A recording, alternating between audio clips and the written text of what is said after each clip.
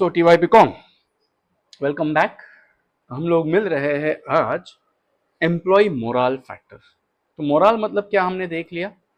अब फैक्टर्स कौन से हैं एम्प्लॉय का मोरल हाई रखने के लिए? बेसिकली क्या मैटर करता है, आप लोगों को क्या लगता है? सर सैलरी करती है कि नहीं? Okay, colleagues, yes. Overall environment, yes. Support from your supervisors, yes. Conditions, working conditions, lighting है, वेंटिलेशन है, यस। देन कलीग्स के साथ आपके रिलेशंस मैटर करते हैं या नहीं करते? करते, right? So simple, John Newstrom और Keith Davis, morale is a general term used to describe overall group satisfaction. Okay, Webster's dictionary क्या बोल रही है? Morale as an mental condition with respect to courage, discipline, confidence, enthusiasm, willingness to endure hardship, etc. with a group in a relation to group or within an individual. तो आप इन सब चीज़ों से कैसे डील करते हो? आपका करेज, डिसिप्लिन, कॉन्फिडेंस, ये सब चीज़ें, एंथुजियाज्म यानी कि आपकी उत्तेजना, विलिंगनेस यानी कि आपकी इच्छा किसी चीज़ के लिए, लीडरशिप में आगे बढ़ना, ये सारी चीज़ें इंसान कब होगा, आगे बढ़ के काम कब करेगा? जब वो सेटिस्फाइड होगा खुद के साथ, अपने ग्रुप के साथ, right? Morale as a mental condition और attitude of individual and group which determines their willingness to cooperate. बराबर? डाल्टन जो है उन्होंने बोला था, morale is basically a group phenomenon. It is a concept that describes the level of favorable or unfavorable attitude of employees collectively to all aspects of their work, job, company, their tasks, working conditions, fellow workers, superiors and so on. Okay, Dalton क्या बोले? Individual नहीं, ये एक group factor है। Moral psychological है, no doubt in that, but it is based on a group. The phenomenon is for the group, not just for an individual. Okay, तो इनमें कौन सी चीजें हैं जो मैटर करती है? First, the goals of the organization. Organization के goal तो बहुत ऊपर है, हम लोग को नंबर 1 पे आने का है, टॉप पे आने का है, लेकिन फैसिलिटी कुछ नहीं दे रही है, पॉजिटिव डेवलप नहीं करनी है, स्टाफ को ट्रीटमेंट नहीं देनी है अच्छी, स्टाफ को अच्छी ट्रेनिंग नहीं देनी है, स्टाफ के सजेशन नहीं सुनने हैं, तो क्या आपका स्टाफ, आपके एम्प्लॉयज हाई मोरल में रहेंगे? No, right? Quality of superiors, yes, पहले ही बता चुका हूं. नेचर ऑफ टीम मेंबर्स, बराबर है. रिवॉर्ड्स एंड रिकॉग्निशन यानी कि आपकी सैलरी, वर्किंग कंडीशंस, देखो लॉजिकल है, बहुत लॉजिकल है, और किन किन चीजों पे आपका मोरल डिपेंड रहता है. Wages and salary, workers participation in management. See there are two types of leader. एक ऑर्डर दे देगा, कल से अपने को ये करने का है. दो, सबको साथ में बुलाएगा, यार अपना ये सब बराबर नहीं चल रहा है और मुझे ये करवाना है, तो आप लोग के हिसाब से क्या करना चाहिए? When the workers or the employees are involved in some decisions, they also feel one with the organization. हाँ? यार अपने मालिक ने अपने को पूछा यार, मतलब अपने को कुछ तो मानता है. बाहर जाके हम पटेल भी मारेंगे ना, पता है मेरे मालिक ने मेरे को पूछा. So you get indirectly you're getting one with your organization. Getting it? Welfare facilities, yes. Nature of job, पकाओ, घिसा पीटा, वही बोरिंग काम, आए तो भी ऐसे, गए तो भी ऐसे, लेकिन आए तो स्माइल के साथ, जाए तो स्माइल के साथ, मोरल आपका हाई है. So working condition should be change, कुछ फ्लेक्सिबिलिटी, कुछ नया. जॉब आपका जो है वो हमेशा कुछ ना कुछ नया होना चाहिए. टीचिंग में इसके लिए मैं एंजॉय करता हूँ क्योंकि मुझे रोज नए नए बच्चे मिलते हैं, नए नए चैलेंजेस, नए नए टास्क, नए नए कम्युनिकेशन, नए नए एक्सपीरियंसेस जानने मिलते हैं लोगों से, कि इसके घर पे ये प्रॉब्लम है, उसके घर पे ये प्रॉब्लम है, इसके साथ ऐसा हुआ, उसके साथ वैसा हुआ. कभी बच्चे झगड़ते, कभी बच्चे प्यार करते, उनके साथ कभी सॉल्व करो, कभी उनको गाइड करो. अच्छा लगता है कि रोज कुछ नया है. पर्सनल पॉलिसीज, इंसानों के लिए आपने, मतलब आपके स्टाफ के लिए क्या क्या पॉलिसीज लाई है वो. Structural support, external influences, other factors positively influencing moral. Open communication तो है ही है. इफेक्टिव यूटिलाइजेशन ऑफ टैलेंट, आपके पास अच्छा डिजर्विंग कैंडिडेट है तो उसको आप चांस दो. Systematic work design including job enrichment, flexible working hours if possible, and delegation of authority. Correct. Measurement of employee moral, आप कैसे ऑब्जर्व ये करोगे, मेजर करोगे आपका जो स्टाफ है उनका मोरल हाई है या लो है? एक ऑब्जर्वेशन, यस.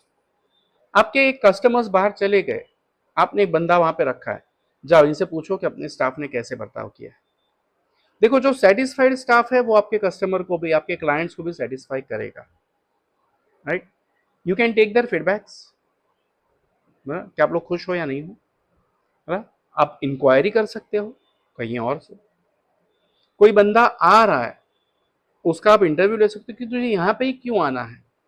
वो बोलेगा नहीं, मुझे मेरा फ्रेंड है उसने बोला कि यहाँ पे वर्किंग कंडीशन अच्छी है, राइट। कोई बंदा जा रहा है जॉब छोड़कर, तभी भी उसका इंटरव्यू लो, उसको बोलते हैं एग्जिट इंटरव्यू। क्यों क्यों जा रहा है, वो बोलेगा मुझे वहाँ पे पगार अच्छा मिल रहा है, मैं तेरे को देता हूँ, रोक सकते हैं। वो बोलेगा नहीं, मुझे यहाँ की वर्किंग कंडीशन नहीं पसंद आई, वहाँ पे ऐसा ऐसा होता है, मुझे वो एनवायरमेंट ज़्यादा पसंद है, you need to change, right. So for see every employees need is different and according to that आपको अपनी पॉलिसीज फ्रेम करनी पड़ेगी जो सबके लिए एग्जिस्टेबल हो। आप शाकाहारी हो, आप बोलोगे कंपनी में मेरे मांस मटन लाने का नहीं, अंडा लाने का नहीं, wrong. Make two sections, non veg वाले वहां पे जाओ, वेज वाले वहां, क्योंकि वो कुछ लोग ऐसे भी है जो वेनसडे फ्राइडे संडे खाते हैं, वो वहां पे जाएंगे। कुछ लोग ऐसे हैं जो डेली नॉन वेज खाते हैं, वो डेली वहां पे जाएंगे। कुछ लोग ऐसे जो डेली वेज खाते हैं, वो यहीं पे रहेंगे। Find a middle way, that is what proper management is. A manager should always try to fulfill the needs of the employee. मैं ये नहीं कराऊंगा कि he is an entertainer. He should not entertain the employees, but he should try to fulfill the employees' need and satisfy them. Okay? So देखते हैं कौन से measurement है। एक ऑब्जर्वेशन पहले आपको बता दिया, दूसरा इनफॉर्मल मॉनिटरिंग ऑफ मोरल। बस ऐसे ही देखो ना कि काम कर रहा है मेरा एम्प्लॉय, तो वो कैसा है, खुश होके कर रहा है, उदास होके कर रहा है, चिड़चिड़ के कर रहा है, या मन लगा के कर रहा है, राइट। एक दूसरे के साथ बातें करके कर रहा है, बस कि अपने काम में मर रहा है ना। There are various ways. Body language आपको, कल मैंने एक फ्रेंड का एग्जांपल दिया कि आके भड़क गया अचानक, तो क्यों, वो रीजन जानने की कोशिश करनी चाहिए। और ये कब होगा, जब आप इन्वॉल्व होंगे, कम्युनिकेट करोगे, राइट। स्पाइंग यानी कि जासूसी, ओके। फीडबैक फ्रॉम क्लाइंट्स मैंने पहले ही बता दिया। मोरल सर्वे, मतलब पीरियोडिक इंटरव्यूज, लो स्टाफ के कोई प्रॉब्लम नहीं। एग्जिट इंटरव्यू मैंने बोला कि जॉब छोड़ रहा है कोई बंदा तो उसका इंटरव्यू लो। मोरल इंडिकेटर्स, हाँ, कैसे पता चले साला के अपना मोरल हाई है या लो है एम्प्लॉयज का। Absenteeism rate, if the morale is high the absentee will be less and vice versa. Employees turnover rate, if my employees are highly moraled, तो दे विल प्रोड्यूस मोर और less, मोर। बराबर। Accident rate, अगर mistakes हो ही नहीं रही है, perfection है, जितना मैंने प्रोडक्शन एक्सपेक्ट किया है उतना ही प्रोडक्शन हो रहा है, वेस्टेजेस नहीं है, बराबर, तो मेरा एम्प्लॉय हाईली मोरल्ड है। ग्रेवियंसेस यानी कि कंप्लेंट्स भी अगर नहीं है, तो भी हम लोग बोल सकते हैं कि my employees are satisfied, they are having a high morale, right. Relation between morale and productivity तो अभी मैंने बताया, बराबर। High morale high productivity production, low morale low production, correct. Then suggestion boxes जो कभी कभी खुलते ही नहीं है, बराबर। बहुत सारी संस्थाएं ऐसी होती है जहाँ पे सजेशन बॉक्स होते हैं लेकिन वो खोलते ही नहीं है, अंदर जाले जम जाते हैं मकड़ी के, मिट्टी धूल ऊपर बन जाती है, रेगुलर खुलने चाहिए। इसके ऊपर से एक एग्जाम्पल बहुत अच्छा आया मेरे दिमाग में, लेकिन अभी शेयर करने जाऊंगा तो वीडियो बहुत लंबा हो जाएगा। मेरा पर्सनल एक्सपीरियंस था 2006 का। मोरल कमेटी, एक कमेटी बनाओ जो आपके एम्प्लॉयज का मोरल यानी कि सेटिस्फेक्शन लेवल ही चेक करेगा। Then emotional and spiritual question factors. What is emotional question? See emotional intelligence जो अपना जीके का जो सीरीज बना हुआ है कॉम्पिटिटिव एग्जाम का, वो आईक्यू बताता है। ईक्यू क्या है? Emotional quotient is the ability to digest insult, ability to digest happiness। ना खुशी में ज्यादा उछलना है, ना दुख में ज्यादा डूबना है। As a manager, as a employer, you need to be stable. That is emotional quotient या इमोशनल इंटेलिजेंस। ओके, यहाँ पे होगा भी कुछ, देखो। EQ is a measures of personal emotional intelligence. EQ involves the degree of self-confidence, risk-taking ability, resilience to overcome the stress, and to handle tough situations. EQ helps to control hatred, anger, vindictive actions, excessive egos, emotional outbursts, etc. EQ combined with IQ helps to take effective decisions and actions. अब corporate world में तो ये बहुत जरूरी है, क्योंकि अलग अलग लेवल से आपके पास एम्प्लॉयज आ रहे हैं, रोज का न्यू चैलेंजेस है, रोज का न्यू टास्क है, and you need to adjust that accordingly, बराबर है। So for that a manager, a employer should be highly EQ person. थोड़ा सा इसको अगर स्पिरिचुअलिटी का जोड़ मिल जाए तो बंदा बहुत बैलेंस हो जाता है ना। मैं आपको साइंटिफिक एग्जांपल्स भी देता हूँ, मैं आपको धार्मिक एग्जांपल्स भी देता हूँ। जो मेरे लेक्चर्स अटेंड करते हैं उनको पता है कि रामायण महाभारत ये वो बहुत कुछ अंदर आते रहता है। रीजन यही है कि ये सब जानोगे तो आप अपने वर्क लाइफ में डिसीजंस अच्छे ले पाओगे, आप अपने पर्सनल लाइफ में शादी करोगे, संसार होगा, बच्चे होंगे, तो वो सब मैनेज करना बहुत ईजी हो जाता है प्रीवियस एक्सपीरियंस से। Daniel Goldsman model on emotional intelligence. Okay, self awareness, अपने आप को जानो, सेल्फ मैनेजमेंट, अपने आप को कंट्रोल करो, सोशल अवेयरनेस, समाज में क्या चल रहा है जानने की कोशिश करो, रिलेशनशिप मैनेजमेंट, अपने रिलेशंस बनाओ। इसके ऊपर से मैं हमेशा कहता हूँ क्लास में कि भैया आपको अगर रिलेशन अच्छा टिकाना है, आपको अगर कोई भी रिश्ता, भले बाप बेटे का हो, माँ बाप का हो, भाई बहन का हो, गर्लफ्रेंड बॉयफ्रेंड का हो, शादीशुदा पति पत्नी का हो, कोई भी हो, सामने वाले को क्या पसंद है इससे अच्छा याद रखो सामने वाले को क्या पसंद नहीं है, फिर देखो वो रिश्ते कैसे चलते, बहुत अच्छे चलते। ये मेरा पर्सनल मानना है और मैं ऐसे ही करता हूँ। सामने को जो नहीं पसंद नहीं करने का, तेल देने गया है ना। अपने को पसंद हो तो भी रुके रहो, उसको नहीं पसंद ना मत करो, वो जाने के बाद आपको जो चाहिए वो करो, है ना। बेनिफिट्स ऑफ EQ पढ़ लेना, इजीली समझ में आ जाएगा।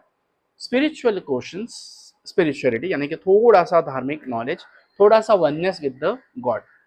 Okay, spiritual describes the measure that looks at the person's spiritual intelligence. Spiritual quotient consists of honesty, integrity, ethical values of the employee. Okay, IQ represents what I think, EQ represents what I feel, and SQ represents what I am. है ना। बाबा जी, बहुत सारे बाबा लोग ऐसे बोलते हैं कि बच्चा ये सब नष्ट होने वाली चीजें हैं, इनके पीछे मत भागो, और खुद तो are they spiritually intelligent? At my personal level I will say no. जो सलाह आप लोगों को देते हो वही आप पालो। उसमें कुछ लोग बोलते हैं कि नहीं, इनको इतने लाखों और करोड़ों लोग फॉलो कर रहे हैं तो उनका जिंदा रहना जरूरी है। ये किसकी व्यू है? वो लाखों करोड़ों लोगों की। बट वो जो लाखों करोड़ों लोगों को बता रहे हैं उनका खुद भी तो बनता है ना कि नहीं, मुझे कोई सुविधा नहीं चाहिए, जब मैं अच्छा ही हूं तो मुझे कोई क्यों मारेगा, क्यों मैं अपने आप को सिक्योरिटी में रखूं, क्यों मैं अपने आप को इस फैसिलिटी में रखूं जब ये नष्ट होने वाली है, राइट। वो चीज, एक मैनेजर अगर बोल रहा है अपने स्टाफ को कि आपको काम करना है 12-12 घंटा, तो 12 घंटे में से खुद भी तो 10 घंटा वहां पे रहे ना। वो अपना 8 घंटे का ही ड्यूटी कर रहा है और आपको बोल रहा है 12 घंटा ड्यूटी करो। Is it fine? नो। वो बोल रहा है एक दूसरे के साथ प्यार मोहब्बत से रहो, एक साथ मिलजुल के रहो, और खुद ही झगड़ रहा है। वो बोलेगा one work as a one team. लेकिन कल मैंने एक एग्जांपल दिया था आपको कि एक बंदे को बोला अरे वो तेरे बारे में ऐसा बोल रहा था, दूसरे को बोला अरे वो तेरे बारे में ऐसा बोल रहा था, चलेगा क्या? No. So he himself is not aware about his own strength and weaknesses. उसको सिर्फ गुड बुक में आके रहना है, which is very wrong. Okay, so elements of spiritual questions क्या क्या है? रिस्पॉन्सिबिलिटी, बराबर, जिम्मेदारियां आपकी, इम्प्लीकेशंस उसको अप्लाई करना, ह्यूमिलिटी, बराबर। होता है कभी कभी छोटी मोटे जोक्स हम लोग को अच्छे लग जाते हैं, कभी कभी इंसल्ट अपने को बहुत दुखी कर जाता है, तो ना सुख में उड़ना है ना दुख में डूबना है, आपको बहुत बैलेंस रहना है। ओके, अगर कोई आपका इंसल्ट करता है तो उसको झेल लो, बराबर। हैप्पीनेस, देन इम्प्लीकेशन हैप्पीनेस का जिंदगी में कैसे करना है। Benefits of SQ, spiritually of intelligence है तो क्या आपका कोई गैर फायदा उठा पाएगा? नहीं, क्योंकि आपको पता है कि मुझे सिर्फ काम करना है ना। उसने उठाया है तो उसका वो है। एंड हमेशा याद रखना कि आपका काम, कर्म जो है वो बूमरैंग है, जो आप दोगे वही घूम के वापस आपके पास आने वाला है। Give good you will get the best, give bad you will get the worst. Okay, so कभी किसी के साथ गलत मत करना। वर्क प्लेस पे तो पॉलिटिक्स करना ही मत, नॉर्मल लाइफ में तो करना ही नहीं है, बट वर्क प्लेस पे तो खास करके मुझे ऊपर जाना है इसके लिए मैं दूसरे की टांग खींच के ऊपर जाऊं, गलत है। आप अपने आप को उतना एफिशिएंट बनाना, आप अपने आप को इतना स्ट्रांग बनाना, स्किल्स नए नए सीखना कि आप अपने आप ऊपर ऊपर जाते रहो। लोग आपको खुशी खुशी ऊपर भेजेंगे, नहीं नहीं तू डिजर्विंग है, तू आगे जा। Getting it? किसी की टांग खींचकर आगे बढ़ने से आप कुर्सी तो पा लोगे, इज्जत कभी नहीं पाओगे। Remember that. Factors influencing EQ and SQ, nature of an individual. अब इतने सारे एग्जांपल्स और इतना सारा मैंने फिलॉसफी झाड़ दिया तो ये सब समझने में आसान हो जाएगा। Natures and characters of superiors, training, socio cultural environment, yoga and meditation, organisational environment, rewards and recognition, age and experience, traumatic situation. बराबर। अब ऐसा होता है कि भाई टीचर्स एक दूसरे के बारे में पूछते हैं, राणा सर कैसे सिखाते हैं, और राणा सर भी सिखाते, दूसरे भी सिखाते, तो उनमें आपको क्या फर्क लगता है? तो फिर टीचर्स बोलते, दूसरे मतलब रिव्यू लेने वाले बोलते हैं कि उनको तो 25-26 साल हो गए, फिर भी उनका सिखाना भी आपको सेम लगता है। No, experience will not make you good और bad, your subject content will make you good और बैड, द बेस्ट और the worst, how you deliver. कुछ बंदे ऐसे होते हैं जिनको बहुत नॉलेज है बट कम्युनिकेशन स्किल नहीं है। मैं PhD बन जाऊं लेकिन मैंने जो सीखा हुआ है वो मैं एक्सप्लेन ही ना कर पाऊं, that doesn't make I'm bheje se nil. Only the thing is I'm not able to communicate. So will anyone decide good or bad? No, right? So just by appearances, just by silence or physical language, you cannot decide whether the person is emotionally or spiritually strong or weak. Traumatic situation, right? अचानक आई आपदा विपदा से आप कैसे उभरते हो, आप कैसे संभाल लेते हो। टाइटैनिक है ना, इतने लोग मरे लेकिन कैप्टन रहा था ना एंड। करेक्ट, यही होना बहुत जरूरी है एक अच्छे लीडर को। एम्प्लॉय ग्रीवियंस कॉजेस, क्या एम्प्लॉयज को कंप्लेंट होती है? हाँ सर हो सकती है, हो सकती है, क्यों नहीं हो सकती, बराबर, क्यों हो सकती है? सोचो, चलो मैं पानी पी लेता हूं, तब तक आप लोग सोचो कि आप किसी कंपनी में काम पे लगे हो या आपकी ऑलरेडी कंपनी है और आपके मजदूर आपसे कंप्लेंट कर रहे हैं, तो क्यों, कौन सी बेसिस पे लोग कंप्लेंट कर रहे हैं? सोचो। गलती कर दी मैंने, PPT आपके सामने रख दिया, क्या सोचोगे, तंबेरा? नहीं सोचने वाला, राइट? तो सी, पगार कम है, लोगों को तकलीफ होने वाली है। पार्शलिटी चल रही है, लोगों को कंप्लीट होने वाली है। वर्किंग कंडीशंस अच्छी नहीं है, लोगों को कंप्लेंट होने वाली है। आप जिन टीम में हो, टीम मेंबर्स आपके साथ कोऑपरेट नहीं कर रहे, तो आपको कंप्लेंट होने वाली है, बराबर। आपको जो काम दिया गया है आप उसी के साथ सेटिस्फाइड नहीं हो। मैं अकाउंट्स वाला बंदा और मुझे अगर वो मार्केटिंग में भेज देंगे तो नहीं कर पाऊंगा। मुझे टेक्निकल डिपार्टमेंट में दे देंगे तो नहीं कर पाऊंगा। आई एम टोटली नील। आज भी मैं बोलता हूं, है ना, कि टेक्निकली मैं अनपढ़ हूं, right? So see, what are the causes of employee grievances? Wages and salaries, working conditions, poor क्या है, welfare facilities, nature of superiors, nature of work, personal policies, disciplinary action, favouritism and nepotism. बाप रे, इसके बारे में तो बोलना ही नहीं, वो तो पहले फिल्मों में बोला, अब तो पॉलिटिक्स में भी नेपोटिज्म ही जोरदार चल रहा है, बराबर है। Leave problems and other causes of grievance, तो अदर को तो करना ही नहीं है। अब कंप्लेंट है अगर मेरी कंपनी में, मुझे पता है कि my staff is not satisfied, should I leave them unsatisfied और I should try to solve the problems? Yes. तो मैकेनिज्म है, प्रोसीजर फॉर ग्रेवियंस रिड्रेसल। एक मजदूर को प्रॉब्लम है, वो किसको बताएगा? सुपरवाइजर्स को। सुपरवाइजर किसको बताएगा? सीनियर मैनेजर को। सीनियर मैनेजर किसको बताएगा? ग्रेवियंस कमेटी को। अपने कॉलेज में भी है ग्रेवियंस कमेटी, वो किसको बताएगा? Revision for, appeal for revision. वो क्या करेगा? Appeal for revision. देखते चलो, इसको स्टडी करते नहीं यार, इसमें कुछ लफड़ा लग रहा है, ये एम्प्लॉय ने कुछ गलत समझा हुआ है, पॉलिसी तो बहुत सीधी है और ये बंदा ऐसा नहीं, जिसकी कंप्लेंट की है वो तो ऐसा नहीं है, तो नहीं, इसकी कुछ गलत फहमी हुई है, let us check it again. Voluntary arbitration and then come final decisions. Okay, तो बहुत सिंपल सा ये प्रोसीजर होता है। अब जब इसको पढ़ोगे आप तो उसको समझ में आना इजीली हो जाएगा, don't worry about that. Okay, employee welfare measures, provident fund है, पेंशन का है, आपको मेडिकल एक्सपेंस रीइंबर्समेंट है, आपके लिए थोड़ी बहुत कुछ सुविधाएं देना है, फिर वो क्या बोलते हैं आजकल आ रहा है ना, वाउचर्स वगैरह दिए कुछ, गुड और bad? Good.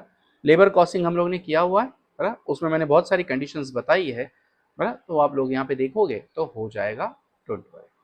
Employ welfare measures एक स्टैट्यूटरी, जहां आप काम पे हो वहां पे पानी होना जरूरी है, फैसिलिटीज फॉर सिटिंग होनी जरूरी है, फर्स्ट एड अप्लायंसेस होने जरूरी है, लैट्रिन्स एंड यूरिनल्स होने जरूरी है। बहुत सारा इंडस्ट्रियल एरियाज ऐसा होता है कि they don't have their latrines and urinals, staff बाहर जाता है including female staff.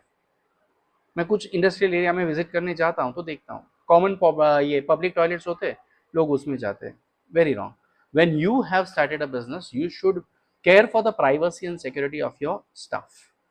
Canteen facilities हो तो अच्छी बात है, पर spittoons, lighting and ventilations, washing places, changing rooms, rest rooms होनी चाहिए ना। लंच टाइम है और बंदा एक 15 मिनट लेट आया, 15 मिनट में खाना खाया, 15 मिनट उसने आराम किया, होना चाहिए। मैटरनिटी लीव, राघव चड्डा ने अभी बात की थी पैटर्निटी लीव के लिए भी, तो अब्रॉड कंट्री में कहीं कहीं पे मिलती है, अपने देश में भी उसकी बात चल रही है। ओके, कृषि फैसिलिटी। ओके, देन तुम लोग देखोगे वसी विहार में अगर रहते हो तो यहाँ वहाँ थोड़ा बहुत ना ऐसा हिरकणी हिरकणी करके कैबिन बनाया हुआ है। एक दूध पीते बच्चे को माँ दूध कहाँ पिला सके तो उसके लिए वो कैबिन्स बनाए हुए हैं। डन। हाँ, देन नॉन स्टैट्यूटरी स्कीम, तो personal health care, flexi time, बड़ा थोड़ा सा फ्लेक्सिबल टाइम, कोविड के बाद ये हो गया। Employee assistance programme, prevention of sexual harassment, बड़ा mediclaim insurance scheme, educational facilities, housing facilities पहले मैंने बता दिया, transportation facility, recreation facility, medical facilities. ये सब दोगे तो आपका एम्प्लॉय एकदम हमेशा खुश रह जाएगा, जेठालाल की भाषा में, है ना। Employees health and safety measures क्या करना है। सी, अगर आप टेक्सटाइल में हो तो आपके पास फायर एक्सटिंग्विशर होना बहुत ज़रूरी है, क्योंकि कपड़ा है आग लग सकती है, पेपर है आग लग सकती है, इन इंडस्ट्रीज में आपको ज़रूरी है। अगर आप हेवी मेटल वाले काम कर रहे हो तो वो येलो कलर का हेलमेट जो स्ट्रांग होता है, सेफ्टी शूज लोखंड का उसका आगे ये होता है, कवरिंग्स होते हैं, ग्लव्स ताकि आपको जख्म ना लगे लोखंड से। आप केमिकल में काम करो तो मास्क, बराबर, वो पीपीटी किट, ये सारी चीज़ें बहुत ज़रूरी होती है, right. So fire protection, protective clothing, safety vests, placement of machines, maintenance of safety devices and machines, lighting and ventilation, safety education and training, safety engineering, safety discipline, safety policy and programs, safety committee, safety audit, health and recreation facilities, employees involvement. See, your maximum questions are for 8 marks, right? Take any 8 points that you feel very logical and very systematic. आपको जो प्यारे प्यारे 8 लगते हैं वो study करके रख दो, या 10, काम खत्म। यस, इस तरह से अपना टॉपिक 3 चैप्टर 3 खत्म हो गया। I hope you understanding.